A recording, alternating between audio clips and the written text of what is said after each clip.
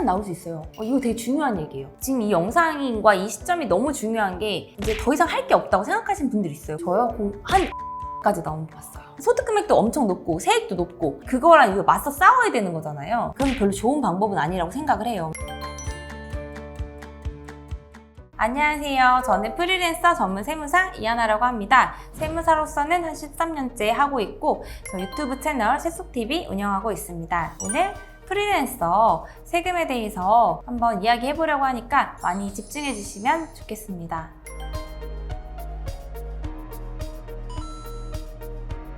폭탄 나올 수 있어요. 이거 되게 중요한 얘기예요. 프리랜서 분들이 가끔 오해하시는 게 내가 3.3을 뗐으니까 이제 더 이상 할 게 없다고 생각하시는 분들이 있어요. 그래서 5월달에 놓치고 가시는 분들이 있거든요. 그런 경우에는 갑자기 한참 뒤에 이제 건보료 통지서가 날라오거든요. 예를 들어 나는 그냥 5만 원치 이렇게 내고 있다 갑자기 건보료가 갑자기 20만 원 이렇게 나오는 경우가 있는데 이제 그 경우가 이제 신고를 안 하거나 아니면 아무 생각 없이 신고를 좀 약간 이제 잘못 신고하거나 이런 경우에 해당하는 거예요.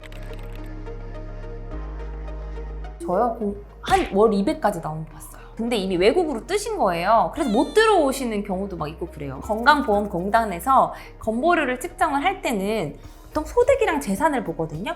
나의 재산은 어쩔 수 없는 거고 이제 소득에 대해서 소득이 높으면 높을수록 건보료는 올라가게 되어 있어요. 근데 내가 만약에 신고를 안 했다면은 알아서 세금을 결정을 하거든요. 그래서 그걸 기준으로 건보료가 이제 폭탄이 터지는 거고 만약에 내가 세금 신고 정말 잘해서 내 소득 금액을 되게 낮췄어요. 소득 금액을 낮춘다는 건 아주 많은 증빙과 우리가 소득 공제를 통해서 줄여놓은 상태면 건보료 폭탄이 나올 일이 없거든요. 그러니까 이제 정상적으로 신고를 제대로 하고 인정이 된다면은 건보료 폭탄이 나올 확률이 없죠. 세금은 1년에 한 번 내잖아요. 건보료 매월 나오잖아요. 그렇게 매월 나오니까 이 국제가 되게 크게 느껴지는 거죠. 그래서 신고를 해서 우리가 절세하는 것도 중요한데 신고 기한을 굉장히 제가 지키라고 말씀드리는 거는 보험료까지도 연관되는 개념이 그건 매월 내는 거는 좀 너무 아깝게 느껴지니까.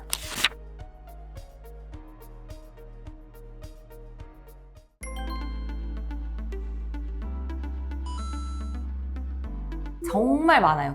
지금 요새 과세 예고 통지서가 진짜 많이 날라오고 과세 예고 통지서는 굉장히 중요한데 무신고한 경우가 대부분이에요. 무신고하거나 아니면 요새 혼자 하는 시스템도 많이 이제 나오고 유튜브 그 영상도 많잖아요. 근데 개인적으로 세무사의 입장에서는 그건 별로 좋은 방법은 아니라고 생각을 해요. 왜냐면 잘못 신고하는 경우가 또 많아요. 예를 들어 그리고 내가 한 곳에서만 프리랜서 소득이 있는 게 아니라 다양한 곳에서 소득이 발생할 수 있는데 그것도 누락하고 신고를 잘못하는 경우에는 그런 때 이제 과세 예고 통지서가 날라오거든요. 그거는 어쨌건 성실하게 신고한 게 아니기 때문에 세무서에서 임의적으로 어떤 맞춰진 경비율에 따라서 소득금액을 통보하게 돼 있어요. 그러면 이미 통지가 나왔다는 거는 세액을 가지고 나왔다는 거잖아요. 소득금액도 엄청 높고 세액도 높고 납세자가 이제 권리구제를 통해서 인정을 받아야 되는데 그 부분이 쉽지는 않은 거죠. 우리가 종합소득세는 신고 납부, 그러니까 우리가 신고만 잘하면 그거를 그대로 인정해주게 돼 있어요. 세무서에서는. 근데 만약에 잘못됐거나 탈루나 착오 오류가 있을 때는 결정할 수 있는 권한이 주어지는 거기 때문에 그거랑 이거 맞서 싸워야 되는 거잖아요. 이미 통지를 했으니까. 그래서 나는 이게 아니다 해서 그걸 입증을 해야 되는데 밥이라던가 식사 여러 가지 이런 것들이 경계선이 모호할 때는 저희가 이제 정상적인 신고 기간 안에는 비용으로 처리를 해가지고 좀 절세할 수 있는 폭이 있는데 만약에 통지서가 나온 상태에서 그런 부분 입증하려고 그러면 그게 좀 애매해지는 거죠. 그래서 훨씬 내가 절세할 수 있는 폭이 주는 거고 늦게라도 기한 후 신고를 하시면 되는데 정기신고는 대량으로 정말 5월달에 얼마나 많은 사람들이 세금 신고를 하겠어요. 그러니까 그것도 정상적으로 신고만 하면 되는데 기한 후 신고는 검토를 해야 돼요. 저희가 신고서를 제출을 해도 다 일일이 검토를 해요. 세무서 담당 이제 공무원이 검토를 통해서 이게 경비가 좀 더 너무 과다하게 들어갔다거나 이런 부분에 대해서 입증할 수 있는 내용을 제출해야 되는데 그게 납세자 입장에선 이런데 공무원 입장에선 그게 아닌 것 같고라고 생각할 수 있는 다툼의 여지가 있으니까 확실히 이제 절세폭은 또 줄어들겠죠. 가산세 감면 되고 신고는 할 수 있지만 그렇지만 좀 절세폭은 작다.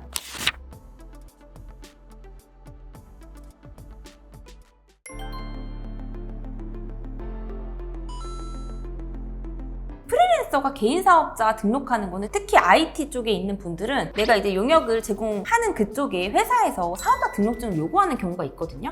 그래서 그런 경우를 제외하고는 별로 추천드리진 않아요. 이유는 일단 사업자가 나오면 부가가치세 신고를 하게 돼 있어요. 그러니까 지금 프리랜서는 5월 달에 내가 받았던 소득을 가지고 그냥 한 번만 신고하면 되는데 부가세는 보통 1년에 2번, 뭐 가내 같은 경우 1년에 한 번인데 그렇게 신고하면 부가세 부담이 이제 늘어날 수 있거든요. 부가세 부담이라는 건 내가 물론 이제 받아서 내는 세금이긴 하지만 낼 때는 누구나 다 아깝다는 생각이 들잖아요. 그래서 외부에서 요청하지 않는 한 사업자를 굳이 내는 거는 저는 별로 추천드리진 않습니다. 뭐 사이즈가 커진다거나 내가 프리랜서 하지만 어떤 다른 뭔가 뭐 갑자기 이제 전자상 거래나 이런 것도 해보고 싶다. 그런 것들은 사업자가 있어야 되는 업종에 해당하니까 그럴 때는 이제 같이 내서 그냥 그거 하나의 사업장으로 봐서 받을 수도 있는데 그 경우를 제외하고는 뭐 실질 차이는 없어요. 왜냐면 프리랜서도 사업소득이고 사업자 등록 내는 것도 사업소득으로 분류를 해요. 세법에서는 굳이 사업자 등록 내시지 마시고 프리랜서 소득만 가지고 그 다음 년도 신고하면 사실 프리랜서가 환급되는 확률도 굉장히 많아요. 그런 얘기도 많이 들어보셨을 텐데 뭐 그런 것까지도 노릴 수 있지 않을까 생각이 듭니다.